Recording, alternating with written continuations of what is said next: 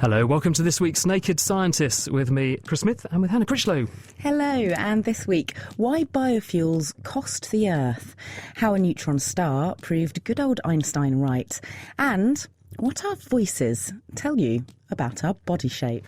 Plus, what is a legal high, and where do these new drugs come from, how are they detected, and how do scientists discover what they do to users' brains? If you'd like to get in touch with us here at The Naked Scientists, then you can email studio@thenakedscientists.com, you can tweet at Naked Scientists, or you can find us on Facebook.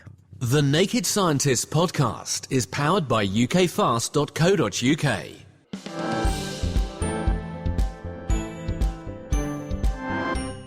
And joining Hannah and me for a look at what's making science headlines this week, apart from the fact that it is the 60th anniversary of the discovery of DNA, are Neil Withers, he's from Chemistry World magazine, science journalist Mark Peplow, and Laurie Winklis from the National Physical Laboratory. Hello to all of you. Neil, first up, biofuels. A new report is suggesting that the arguments are not all that compelling. That's right. There's a report out from Chatham House which suggests that biofuels, which are supposed to be a low-carbon green alternative to the fuels that we dig out of the ground, aren't as good as we thought they are. Why not? Unfortunately, there's a number of reasons why not. For a start, they destabilise the food chain because to grow them, you have to use fields that you would normally use to make crops, and that makes food prices go up and causes food riots in poorer places. And second of all, in order to still maintain the same amount of crops that we use to make food, you end up using fields from rainforests or from other areas of high carbon, and you release all that carbon into the atmosphere, destroy biodiversity, and that completely wipes out the gains you get from using fuel grown. The present rules across the EU, some other countries as well, the US is one of them, I know South America is one of them, they dictate that 5% of what we're burning at the moment in the form of transport fuels has to be biofuel. That's supposed to be 10% by 2020, isn't it? So there's this very lofty goal of putting a lot of biofuel into what we're burning. Where's it going to come from then, and what's the cost? It might even be as high as 15% by 2020, so it really is a problem. So this is going to come from a number of places. It's not just food crops that are converted into biofuels. There's also using waste cooking oil or tallow, which is just animal fat. You can convert that into biodiesel, and that's a lot better. But there are still concerns because if you're using those waste oils or animal fat, then the places that those end up being used now, they're going to have to get their oil from somewhere else. So they go to use fossil fuel oils, and it all comes from fossil fuels in the end. When biofuels were first discussed many years ago, didn't politicians and scientists foresee this happening? I think they did, but I think one of the reasons why these targets have come into place is partly out of selfishness for the US and for Europe, because it means that they get to subsidise poorer regions of Europe and the US, and that means that they can sort of divert funds to people who are going to vote for them. Mark? Are there issues of degree here? Are there some biofuels that are better than others? Brazil's bioethanol that it makes from sugarcane, for example, is often lauded as quite a success. Yeah, bioethanol in Brazil is certainly probably the best example because Brazil's a hot country on the tropics. They get a lot of sunshine. They can produce high energy crops, as you say.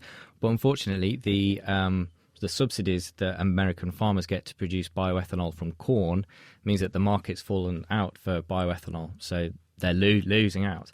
And there is a big difference between things like bioethanol from wheat is incredibly bad. I think that's just really, really inefficient. But using waste cooking oil is probably the best one because the oil's already there and it's been used. Neil, thank you very much. And we'll also hear more about biofuels in a minute because we'll hear from Dr. John Love from the University of Exeter, who's actually got a very clever strategy involving bacteria.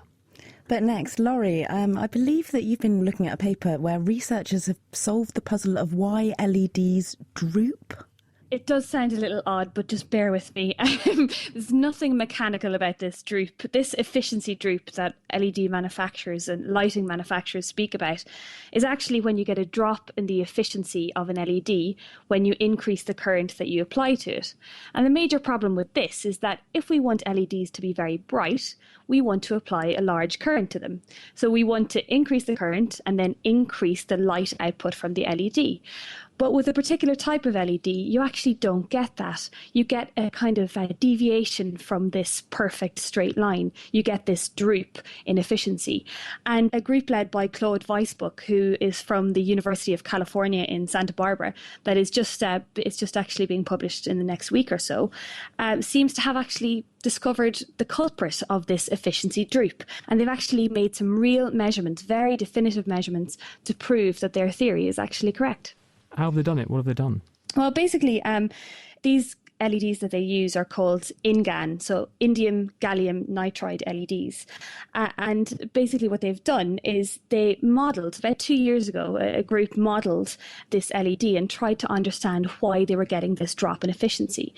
And they found that if you had this system, this effect called Auger recombination inside the material, that would explain this droop. It would explain the drop in output of light of the LED. And this Auger recombination is basically, it's kind of fundamental to the operation of an LED. So inside one of these LEDs, you actually have lots of charge carriers, so electrons and holes that are being created and recombining all the time. So that's how they work. When an electron and a hole combine together, the energy that they release is released in the form of light. So that's how an LED works. But sometimes you can get these 3-particle interactions. This is this Auger recombination, where you do get an electron hole being produced, but the energy that actually releases just heats up another electron, so another unstable electron, so this 3rd particle. So the energy being released is not as light, but is lost as heat. So to actually try and measure this is a huge challenge, but this group have managed to do it. They've looked at the electron distribution within these InGaN devices, within these LEDs, and they've found that they're absolutely right. The theory that Auger recombination would explain this deficiency is completely correct. When I think about an LED light, I think of it as being incredibly bright already and also not giving off a huge amount of heat compared to a traditional light bulb, an incandescent bulb. How does that fit with this data that they've found? Well, basically, they are very, very efficient. You're right, absolutely. They're really durable and they've incredibly long lifetimes, much, much longer than an incandescent or a fluorescent bulb. And they don't have a filament either, so that's why they don't heat up. They're just based on charges moving around inside a material. So in that way, they seem like a really obvious choice. But the problem is, if we want to illuminate a large area, we need to apply a very high current. And with LEDs, when we apply this large current, we just don't get the light output that we want to get. So we actually don't get it to illuminate a large area. We just get a very small, bright source of light, which isn't very good if we want to replace incandescent or fluorescent bulbs. So, Laurie, now you know, or now this team know, why you get the droop and what's underlying it. Does that mean we can come up with a strategy to get round it? Or is there a wall there it's impossible to surmount unless we completely change materials? This effect, this recombination effect, it can't be eliminated because part of it actually defines how the LED actually works. But you can minimise this Auger recombination by being a bit clever with the materials engineering. So this group actually believe you can use the same materials, this indium gallium nitride, that already gives you nice blue efficient LEDs. But by changing the actual structure of the material on the nanoscale, you can actually design it so that the recombination is at least minimised. So it's definitely going to change how we design our LEDs from now on. Having installed some, I have to say, they're absolutely fabulous, and I'm behind them all the way, but even brighter ones would be better. Thanks, Laurie. And Mark, I believe you've been looking at a new test of the general theory of relativity. Yeah, that's right. Astronomers have found a pair of stars, very unusual stars, that have given Einstein one of the toughest tests to date of his theory of gravity. And he's passed with flying colours. Good old Einstein. So how did they test this? These stars are very unusual. One of them is a pulsar. That's a neutron star that spins around 25 times each second. And as it goes, it sends out this beam of radio waves, just like a lighthouse, and it sweeps past Earth 25 times a second. And radio telescopes can pick that up and measure it. The other star that it orbits around is a white dwarf star, which is the glowing remains of a star that's lost its atmosphere. Now, the neutron star is one of the heaviest that's ever been found. This pulsar, it's twice as heavy as the Sun. It's just 20 kilometres across. So the gravity at its surface is more than 300 billion times stronger than that on Earth. And if you got the stuff out of its middle, if you took a sugar cube worth of stuff out of its middle, it'd weigh more than 1 billion tons. So this is quite an intense, unusual environment. There's a lot of mass moving around very quickly. They orbit each other just every 2.5 hours. And as they go, Einstein's theory predicts that they should send out gravitational waves. These are ripples in the fabric of space-time. And as they do that, they're losing energy all the time. And that means they spiral closer and closer and closer together. And that means that their period of rotation will speed up very slightly. And because this pulsar is sending out this beam of radio waves, just like a telescope, they can actually watch that speeding up of the orbital period. Einstein predicted it should be 8 millionths of a second per year, and that's exactly what they saw. So they don't detect the gravity waves, though. That's the critical thing. They're actually inferring the gravity waves must be coming out because the planets are going in. Absolutely. So it's an indirect test of the existence of these gravitational waves and of Einstein's general theory of relativity. There is other indirect evidence of gravitational waves. And of course, there are experiments going on, LIGO is one of them, to actually directly detect gravitational waves. LIGO works, for example, by shining 2 sets of laser beams held at right angles along tracks a few kilometres long. And the gravity waves, because they're rippling space, actually just slightly change where those laser beams go. They haven't found anything yet. But the cool thing about these stars that have been found is that because they can sort of model exactly what sort of gravity wave should be coming out, it gives people working on experiments like LIGO a better idea of where they should be looking for the signals, direct signals of gravity waves. Because, of course, we also want to use similar things as LIGO and LISA, the interferometer in space, to look for gravity waves to infer the potential existence of parallel universes, because we think that if there is a parallel universe out there, or many universes, the gravity ought to be able to propagate between them, and we ought to be able to see that. That would be one of the things. At LISA, unfortunately, is it's kind of a similar setup as LIGO. It's just that it's planned to go up in space, and it would have a trio of satellites, each about 2 million kilometres apart. So it's like LIGO, but a lot bigger and thus a lot more sensitive. Sadly, LISA at the moment is a dim and distant prospect. There's a sort of technology mission being launched next year called LISA Pathfinder that's going to test some of the technology that you would need to do that. But the funding for LISA itself, the real thing, is just not on the table at NASA at all. The European Space Agency are trying to pick up the pieces with that, but it's 20 years away.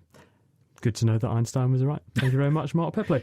Hannah, you've been looking at voices, very important on the radio, but actually they belie a lot more than we might think about what people look like. Yeah, so scientists this week have published a paper on why certain people's voices might sound sexy. So Marilyn Monroe, for example, was known as having quite a breathy, quite attractive voice, and was perceived as cigarettes, wasn't it? Well, it was also the Happy Birthday, Mr. President was particularly breathy, wasn't it? And then there's also Barry White, who's got his deep voice that makes many women swoon whilst he croons. And scientists have been trying to find out exactly why that might be, that certain voices are perceived as being attractive, and what it might correlate with in terms of your physical attributes. So, but why should they be? Why should voice have anything to do with the way we look? Well, if you think about the development of your vocal cords and your vocal tract, then that is developed quite early on and is also regulated by the hormones, the sex hormones, testosterone and estrogen. So the more testosterone that you have during the development, the longer the vocal tract will be, and that will give rise to a more bassy voice. Whereas so you're saying, like, in the same way that people look at the length of fingers relative to each other and say this can be used as a hallmark of how much testosterone a baby is exposed to in the uterus, you're saying development of the vocal tract is also linked to hormones, and that because other bits of the body are going to develop in response to hormones, this will change physical attributes. So that's the thought, yeah. And because evolutionary, the larger you may be, the more testosterone that might be there, the more competitive you are with the testosterone as a man, then you will have more of a deep voice. And so you might be a better mate choice for females. Well, if you have a preference for very androgenised men, maybe, Hannah, I don't know. But what's the evidence? Does this actually apply? I mean, it's a good theory. Is there any evidence to support it? So what the scientists at University College London did was they took 16 female volunteers, 16 male volunteers that were in their mid-20s, and they made them listen to about 100 different soundbite samples of someone saying the same thing over and over and over again, which was, "I owe you a yo-yo." And the scientists altered the pitch and also the modular dynamics, so how the vowels were actually dynamically stated. And they also altered the breathiness of the statement. And then the participants were asked to volunteer how attractive they thought that voice sounded. And it turns out that females rated males that had the bassier voice, but also the more monosyllabic vowel sounds, but also mixed in with a bit of breathiness. So that was interesting because the breathiness is usually associated with more female traits because the larynx has got this little kind of gap in it, which causes a female breathy voice. So to summarise, if they did have a very deep voice, they tended to be rated as more attractive? Yeah, so deeper voice, more attractive, and possibly there would be a better mate choice. They'd be more territorial, more competitive because of this high testosterone that would then increase the vocal tract length and also the vocal larynx as well. I owe you a yo-yo. And I'll try that again. I owe you a yo-yo. Now, we're going to try something a little bit new this week, which is a quick-fire rundown of the major science facts that you need to know behind a major news story. And this week, Professor Cathy Ison from Public Health England announced that the sexually transmitted infection gonorrhea could become resistant to all known antibiotics by 2015. So here's the quick-fire science on the disease from our Naked Scientist team members Eleanor Tay and Pete Skidmore.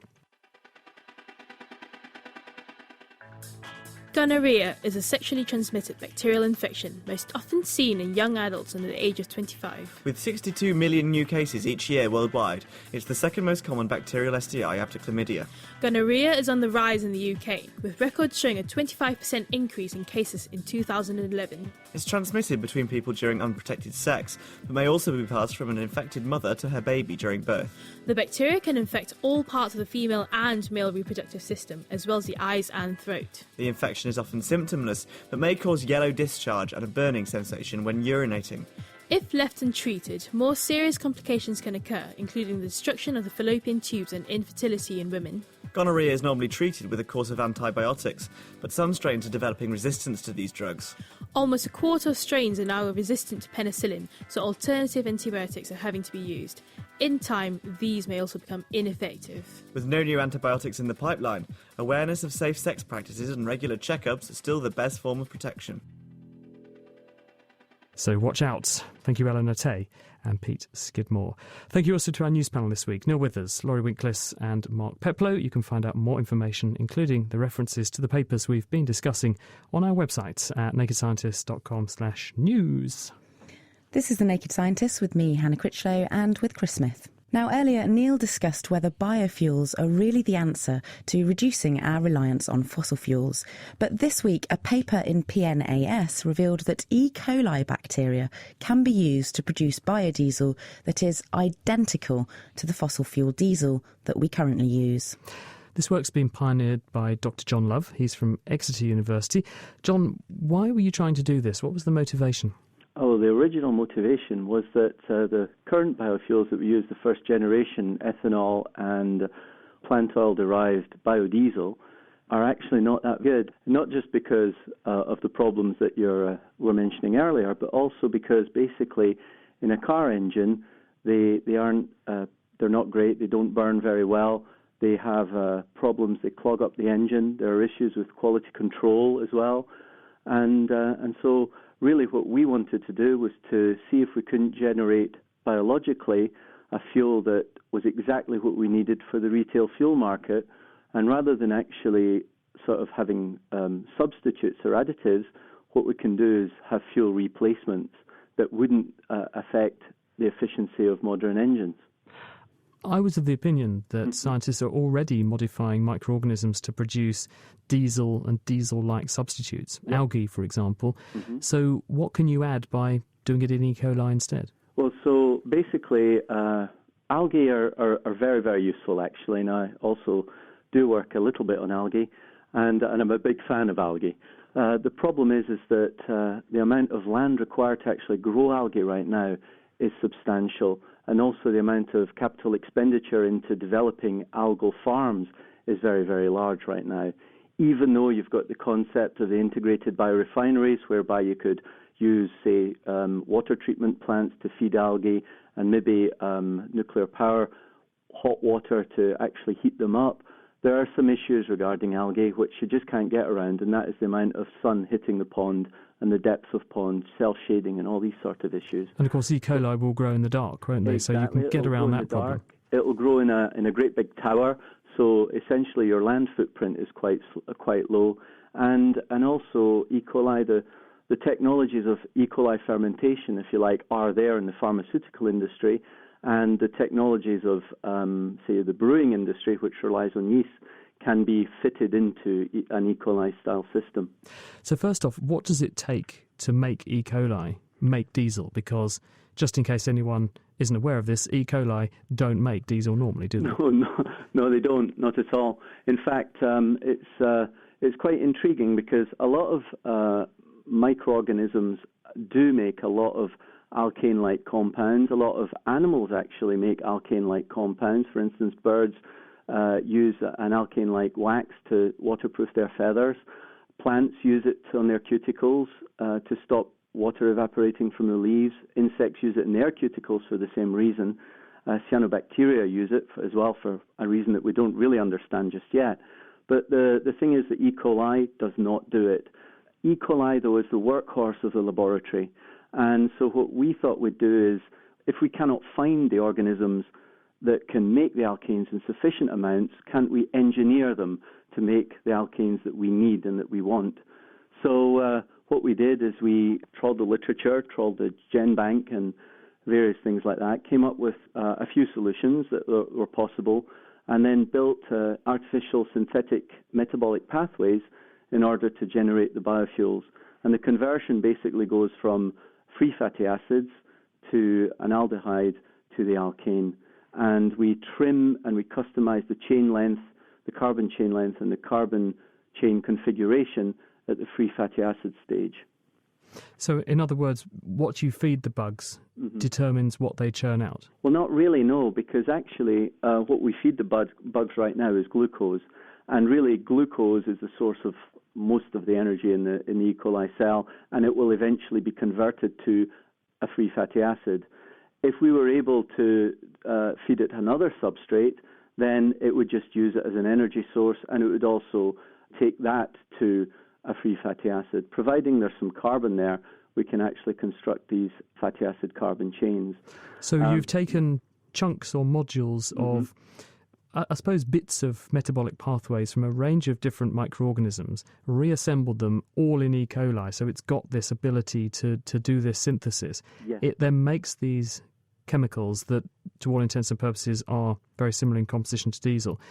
How much can I get from one bacterium? Or if I grow a culture of them, can you get practical amounts out? Well, right now, no, you can't. And so what we've done essentially is a proof of principle.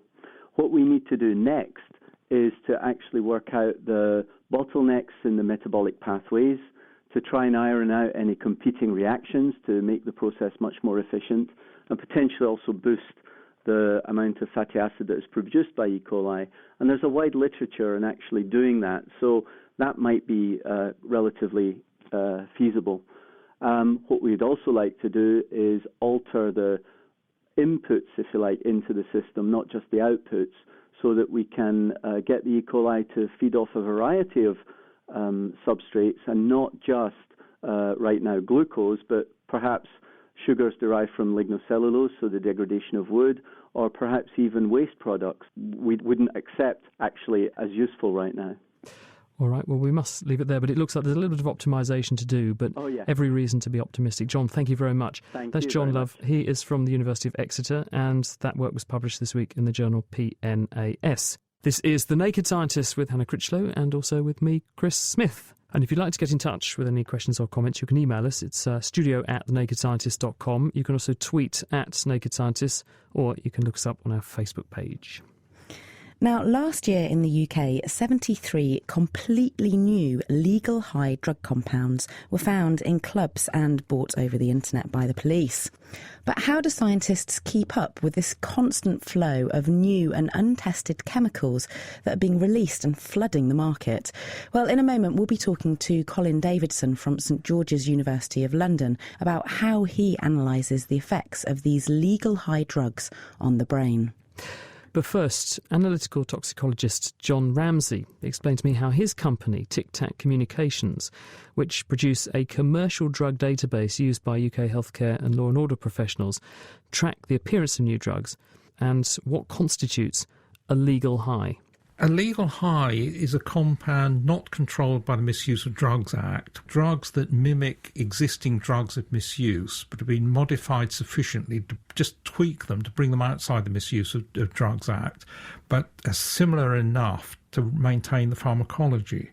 Of course, at the time they're synthesised and sold, nobody really knows whether they do that or not, but the assumption is that the molecular adjustments are relatively minor, therefore they will retain the pharmacology. Then they get marketed and evaluated by the users who report back whether they work or not, and then they're either successful if they work as drugs or they're not successful, I guess, if they don't. So how do you stay on top of this? It's a completely moving goalpost.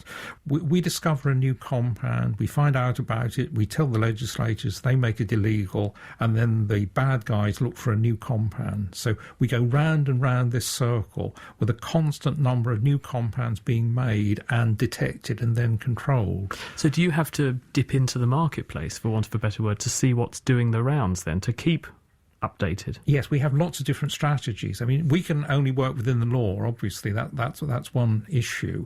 So we use the contents of club amnesty bins to see what's being used in the great outdoors, as it were. A club amnesty bin? Clubs are known to have a drug problem, so they need to do the best they can to minimise drug use on their premises. So they will agree with the local police and the local licensing authority on a strategy to keep drugs out. And what it normally says is they reserve the right to search people as a condition of entry to the club. And if they find anything during the course of that search, as long as it's deemed to be small enough to be for personal use, as long as it's surrendered, then people are allowed to go in the club and the club operates normally. And they dump the stuff into the bin, and you're then able to access what they've dumped. The police effectively collect the drugs from the amnesty bins, and then they're brought to us by various police forces. Then we analyse them chemically and then put them in our database. How do you analyse a tablet you find in an amnesty bin? The sort of routine methods are essentially infrared spectroscopy for powders because it's quick and cheap. And then we follow that up with GCMS, gas chromatography, mass spectrometry. The gas chromatography separates the drugs into its various components, and the mass spectrometry effectively produces a fingerprint which identifies them. And how do you know this is a drug which actually will produce an effect in a user? In other words, it is a substance that has the potential to be illegal. Well, usually they're sufficiently similar to an existing drug. I mean, some of them are literally minor modifications of existing drugs. What does it take for legislation to get changed about a chemical, though? So you find a chemical which has come out of a club amnesty bin, or customs send to you and say, we're finding this on people. Does just the sheer fact that you find a new molecule immediately mean it gets regulated, or Is there a process there? There's a process. The problem is that 2012 there were 73 new compounds notified to the European Monitoring Centre. Most of those compounds will be controlled on a European basis, but before that happens, they're risk assessed. So just the fact that a compound exists doesn't necessarily mean that it will be controlled. Where are all these new molecules coming from? Are there people sitting in their garden sheds across the country cooking up this stuff? Or is it more organised than that? It's much more organised than that. They're almost all manufactured in China and imported into this country in bulk and then distributed. But whether the Chinese actually sit down and innovate the compounds and supply them, or whether somebody in Europe or America commissions the synthesis, I think is unclear at the moment. What about the fact that, yes, you could detect these things, you might find the one tablet in existence for that particular molecule. What about actually working out whether people are wholesale consuming an agent? How can we do that? That's a big problem. And we can lurk around the chat rooms and hear what people are talking about, but that's not terribly scientific, but it gives us an idea as to whether they work or not.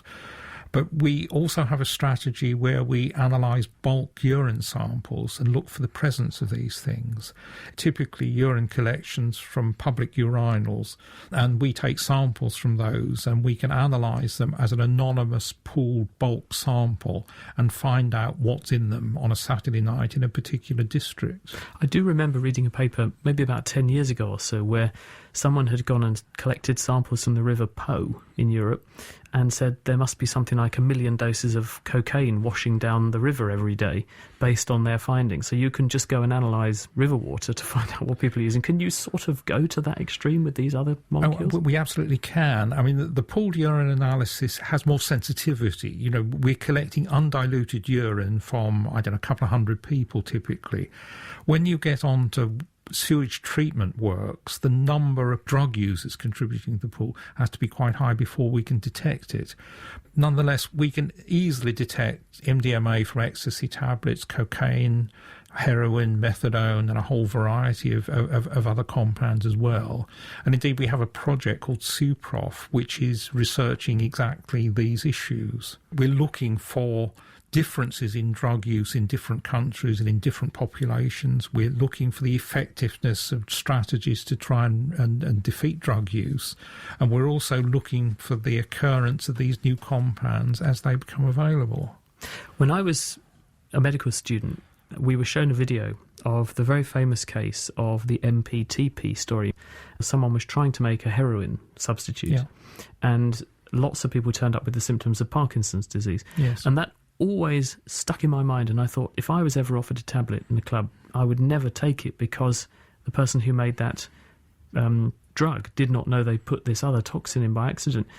Are you quite worried by what you see cropping up in the chemicals that you analyse? Oh, absolutely. I mean, the circumstances you describe were before the internet. I mean, goodness knows what would have happened if somebody had made that now. I mean, at the time, it was distributed to only about 15 or 16 people locally. But now, when the stuff is made, it's distributed to hundreds of thousands of people, potentially across the whole of Europe or even across the whole of the world. So there is the potential for an absolute catastrophe. And I think young people just don't realise the potential risks they're running. They don't understand why the pharmaceutical industry spends hundreds of millions of dollars and 5 years risk assessing stuff before it ever gets near a human volunteer. This stuff is completely untested, and probably the first person who takes it is somebody who buys it either off the internet or even from a high street shop. Thanks to John Ramsey. Now, we're joined in the studio by Colin Davidson from St George's University of London. John spoke about identifying the chemical composition or fingerprint of these new legal high substances that are found in club amnesty bins, for example. And your role, Colin, is more to find out what these drugs actually do in the brain. So how do you do that? I work quite closely with John. He's just along the corridor, and I used to work on just methamphetamine and cocaine, and then met John and he started giving me all these completely new compounds. I test them out on pieces of rat brain. So we want to see whether they have stimulant effects, whether it looks like cocaine, whether it looks like amphetamine. When you say that you're looking at a rat brain, how exactly are you doing that? Without going into too many details, we kill a rat as quickly and as humanely as possible, and we take what's called brain slices. So they're 0.4 millimetres thick, and I try and incorporate parts of the brain that I'm interested in. In this case, it's usually a part called the nucleus accumbens, which is the main brain reward pathway, where your listeners have probably heard of dopamine as a neurotransmitter. That's the neurotransmitter most involved in addiction and any rewarding activity like eating or sex. So I've got my little brain slice that I can keep alive in an artificial cerebrospinal fluid. It gets oxygen, it gets glucose, it can stay alive for up to 12 hours or more. And I give it a small electrical stimulation to mimic an action potential, which is what happens in the brain. The small electrical activities cause release of transmitters. So I mimic that in this little piece of brain and measure transmitter release. And then obviously I'll take a few measurements, add the drug, whatever drug I'm looking at, and see if it increases or sometimes decreases the amount of transmitter I'm getting out. And that's a very good indication of whether it's got addictive liability. So what kind of thing would you see if you added, for example, illegal drugs like cocaine or amphetamine? Well, cocaine would increase the amount of transmitter that comes out by about fourfold, so that the actual amount that comes out is higher and it hangs around for a lot longer. One of the first legal highs I tested was something called Ivory Wave that I got from John Ramsey. I actually found that to have a larger effect than cocaine. Wasn't really expecting that. Cocaine's such a great compound at doing this. Amphetamine and amphetamine-like drugs, and we haven't mentioned mephedrone yet, which is the most famous legal high.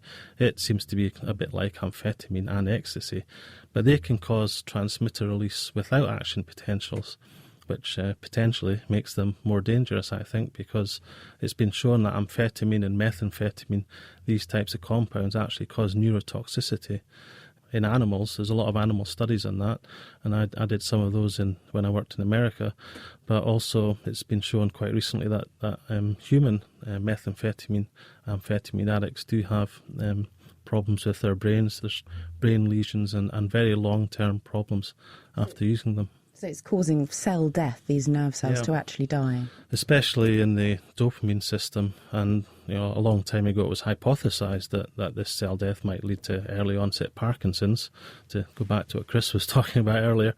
And recent research has suggested that is true, that the people who were taking amphetamines or methamphetamine 10 or 20 years ago are getting early onset Parkinson's more often than you might expect.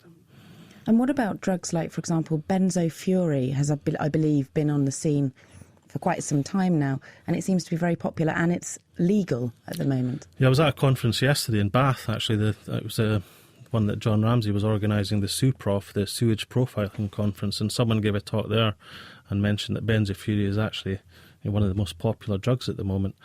It's been actually associated with 2 or 3 deaths quite recently. But it seems to have both stimulant properties, so like cocaine or amphetamine, but also has LSD, trippy-like properties, so you get a double effect from it. And my colleague James Moffat has shown it's very potent vasoconstrictor, so it's going to give you hypertension and potentially cause other cardiovascular problems. You mentioned that agent has this hallucinogenic property, but obviously you can't tell that from a slice in a dish. Well, we know that LSD works on the 5-HT2A receptor, so a little bit of protein in the cell membranes. But it's obviously got a normal physiological function, but this is the small protein that LSD and these hallucinogenic drugs actually attach to very strongly and stimulate and cause things to happen inside the cell. So we've shown, and I've got a colleague at Roehampton University, Jolanta Packer-Juffrey, who's shown that benzofury binds quite strongly to the 5-HT2 receptors. I'd also say that you can also get hallucinogenic effects from these psychostimulants, and back in the 60s a lot of people who took amphetamine were misdiagnosed as being schizophrenic. So if you get massive releases of dopamine, it can cause you to have hallucinations and act like a schizophrenic.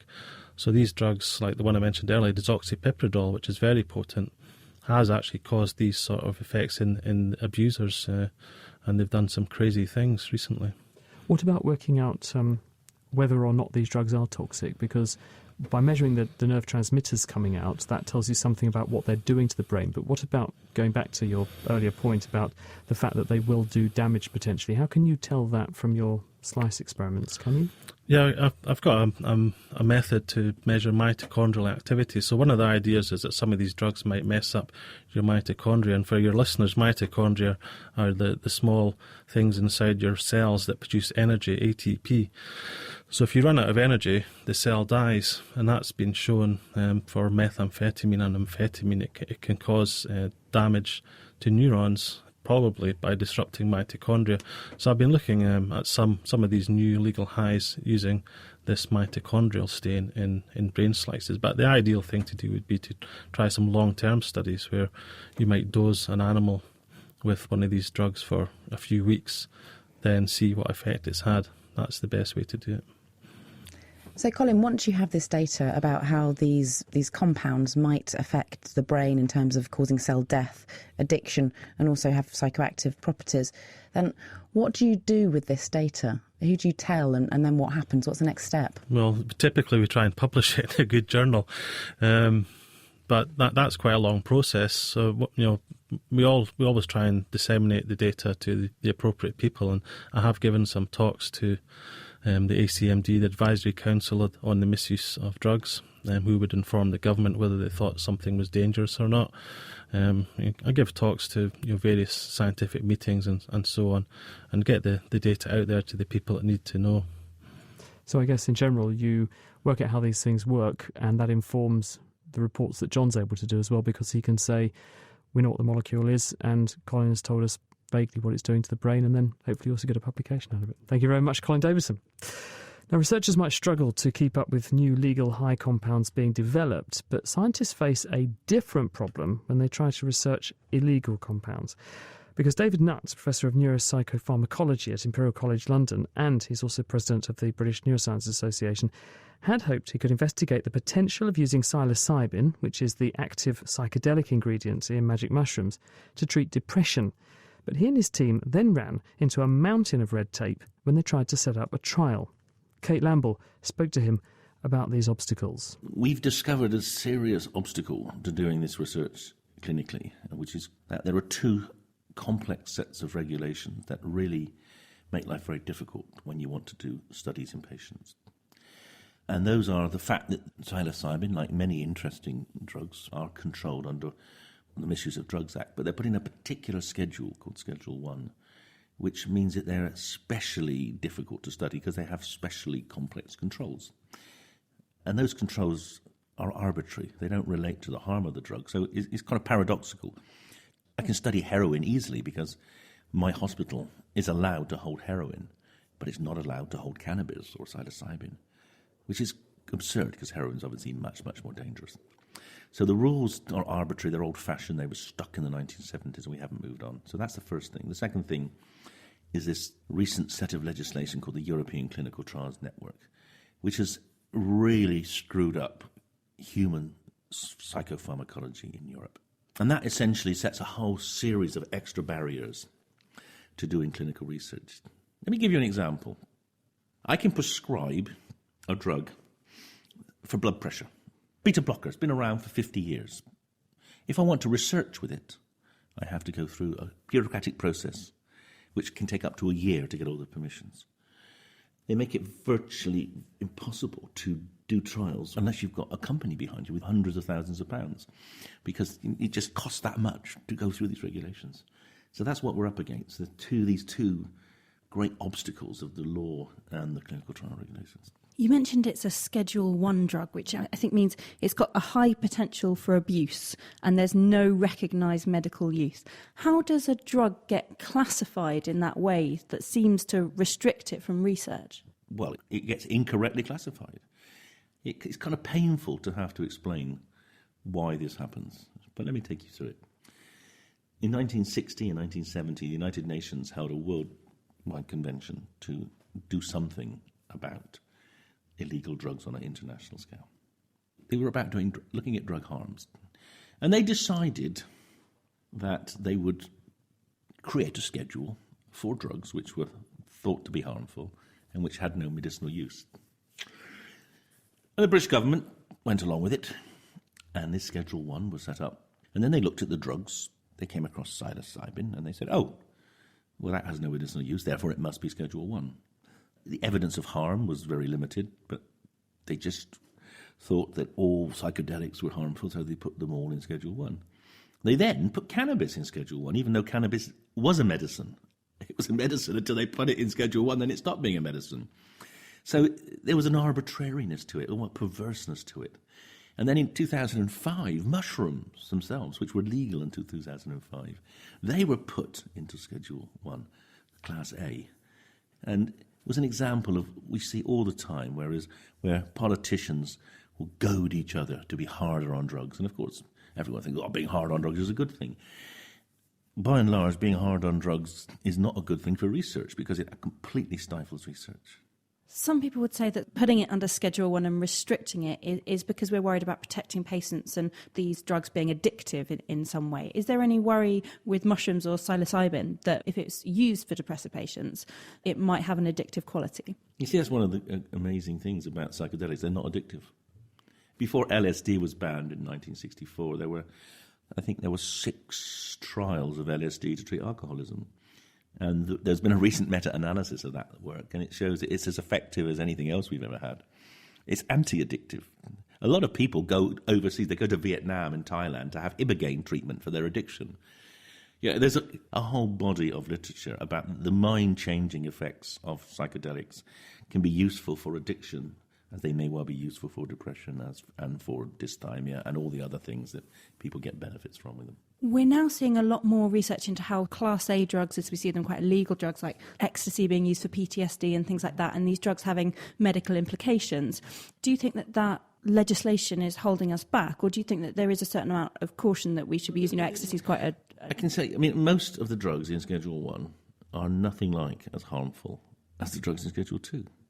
It's an arbitrary distinction. They're there not because of their harms. They're there simply because someone said that they don't have medicinal use. And it becomes a circular argument. If it's impossible to study them, as it is, it's almost impossible. Only very cussed people like me can be bothered to pursue the years and years of hassle trying to get licenses. There is no question that if the scheduling was more rational, there'd be a lot more research, and that would be good for neuroscience, and that would be good for patients. The worst example is not psilocybin, it's cannabis. Cannabis was a medicine. It should never have been put in Schedule 1. And exploring that has been terribly slowed over the last 40 years because of it. And that probably means that lots of people have suffered unnecessarily because, the use for spasticity, the use for pain. And also there's a huge interest in cannabis-type drugs for cancer treatments. And all this has been really impeded by the scheduling. And of course, it hasn't actually stopped young people using it. When cannabis was put into Schedule 1 in 1971, 500,000 people in this country had ever used cannabis. 40 years on, 10 million people have used it, probably more like 20 million now. So it hasn't stopped the use. All it's done is stopped scientists using it. As we're discovering more medical consequences from these drugs, which you've previously been restricted from using, do you see a point at which scientists will campaign or win a change in regulation for research purposes? Well, I am pursuing a campaign now to do that. I want scientists to sign up.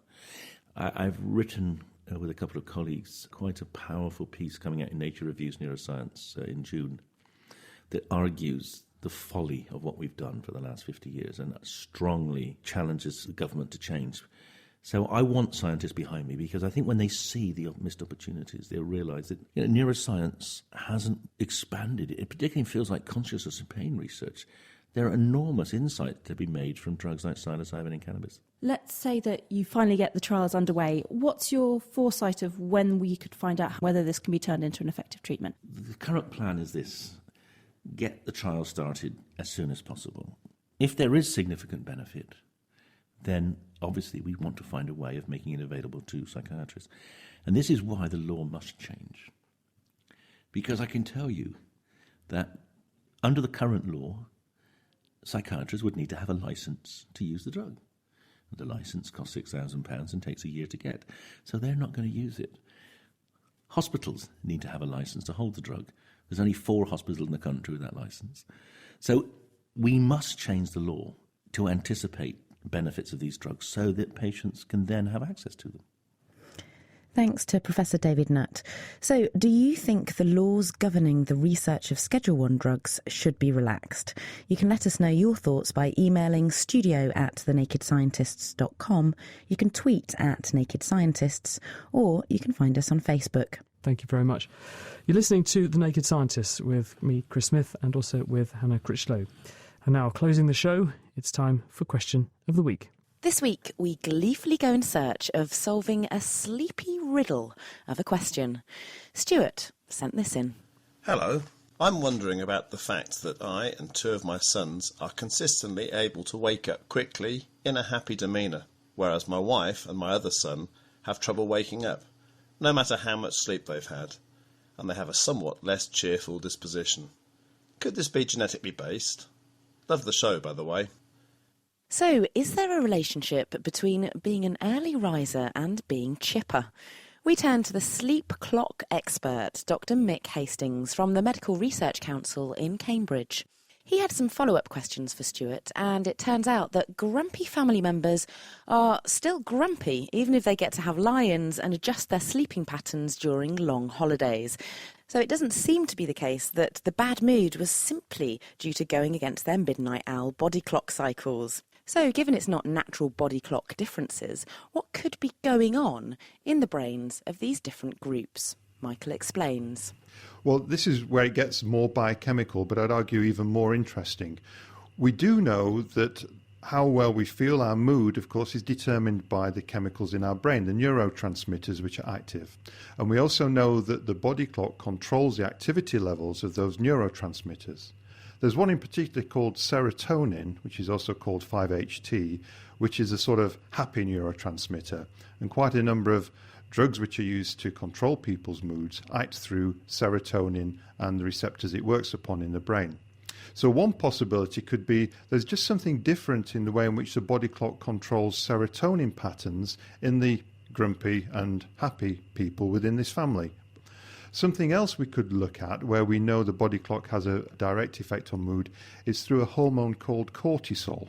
Now, cortisol is very important because it energizes the body, sends sugars into the bloodstream, increases heart rate, muscle tone, and what have you. So it's the hormone that's secreted under the control of the body clock just before we wake up, which is great. You jump out of bed, you're ready to go. Perhaps there's something different in the cortisol patterns. We know they do vary enormously between people because an important feature of cortisol is that not only does it energize the body, it does have a suppressive effect on mood.